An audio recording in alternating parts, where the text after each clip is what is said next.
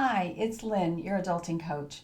I became an adulting coach after almost 4 decades of parenting 6 adult children, all alternative learners, and several autistic.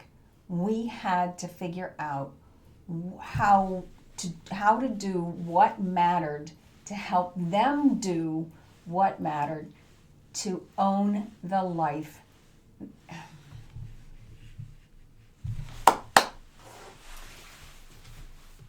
Hi, it's Lynn, your adulting coach. I became an adulting coach after 40 years of parenting 6 adult children, all alternative learners, several autistic. We had to figure out how to do what matters so they would do what matters. We wanted them to take the actions themselves, not us, to create what they wanted in their life. Whatever that looked like, however it was going to work for them, and at whatever pace they could take it. But it was no longer the monkey. We moved the monkey from our back to theirs because they had to own it. They were the ones doing the work now. Once they're out of school, as much of a relief as it was to get them done with school, the monkey for creating the rest of their lives was on their back, not ours. They had to do the doing. We could not show up at their workplace. We couldn't show up. We couldn't drive the car for them if they were going to drive it. We had to take the step back and encourage them to do what matters. So I condensed all of what I had to do really into 3 disciplines. And for the last 3 years, I've worked with autistic young adults and their families, and I've validated that this approach works. We have to teach them responsive discipline, we have to teach them structural discipline, and how to expand what their capabilities are. So this video is going to cover responsive discipline. Their responses meant that they had to make better decisions. In order to do that, they had to accept what is, believe they could make a difference, and connect with themselves and with others to make it happen, because no one succeeds alone. And we knew that they were going to face a lot of pain, a lot of uncertainty, and they had to do the work. This is what all of us have to accept, is the pain and the uncertainty and the work that there is to be done. But an autistic brain, I think I underestimated the impact of an autistic brain. I mean, the mind blindness, the emotions blindness, where they just can't figure out what the other person's motives are. It's very difficult. And the time blindness, the time that it takes to get something done, or the time that it takes them to do things, the executive function deficits or dysfunctions, just getting things done, planning them, the sensory sensitivity, the problems they have with prediction, meaning they can't. It's hard to take what they've learned from one situation and apply it to another, and then apply it to the future. And the whole processing speed, which in our house is slower, and their overall preference for things and animals and tasks over connecting with people. Those all fuel this huge anxiety that it's like a hair trigger anxiety brain that they were born with. And that's just a trait. We cannot change that. I had to accept that was the kind of brain that they were born with, so that I could help them become an adult who thinks, feels, and does what matters. That's my definition of adulting, is that they think, they feel, and they do on purpose what they need to do in order to get things done. But I've been suggesting, advising, and criticizing, and so had the entire school structure.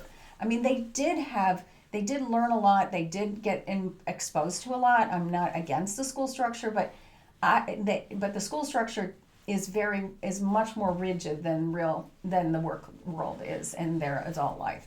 And I had to stop suggesting and advising and criticizing. I had to accept that I didn't know what was right for them, that they did. And frankly, they don't always know every piece of it.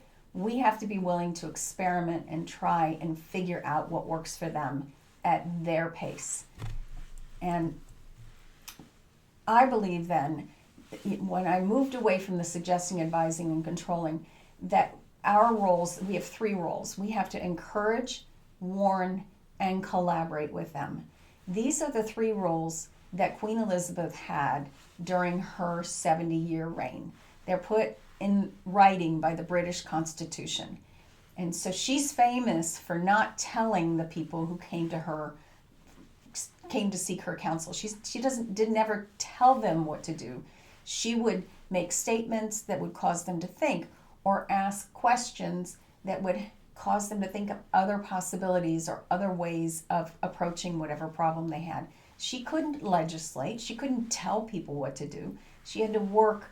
She had to encourage them to do. She had to warn them of possible roadblocks and challenges that they could face, and she had to collaborate with them on what might be the best approach. That's the parenting. Besides, this approach is the only way that's going to work today. Our kids do not respond well to authority. The whole world has changed. So much information is available at our fingertips. We can get all kinds of input from other people, and our kids they have pretty much decided who they trust and who they don't trust. And we need to be one of those people that they trust, because that's what they consult.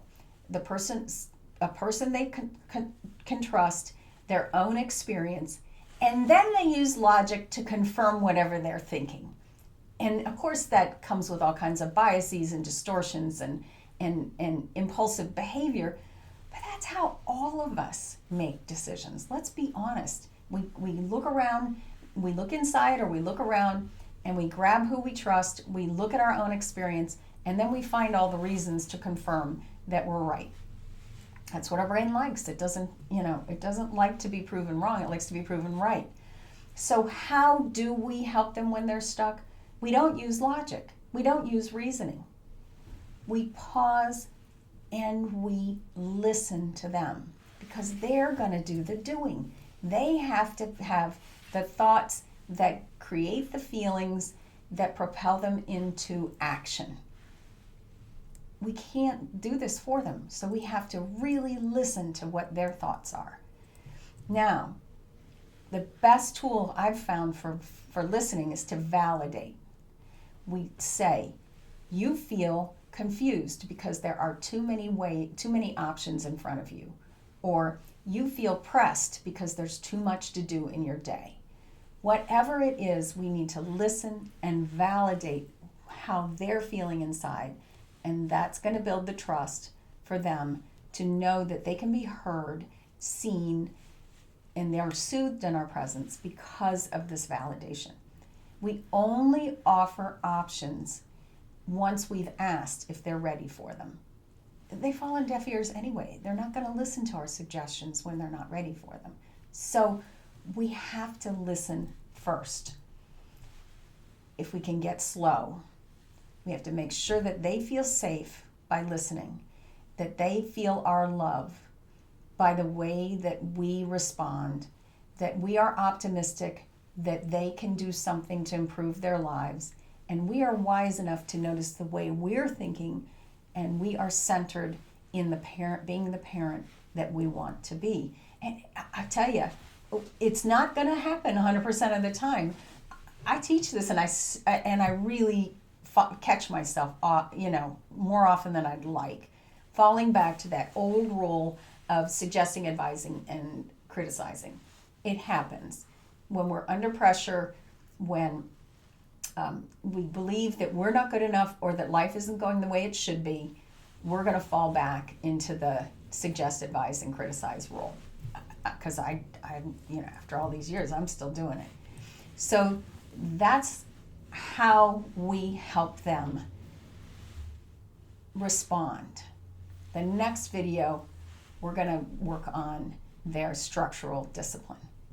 Bye for now.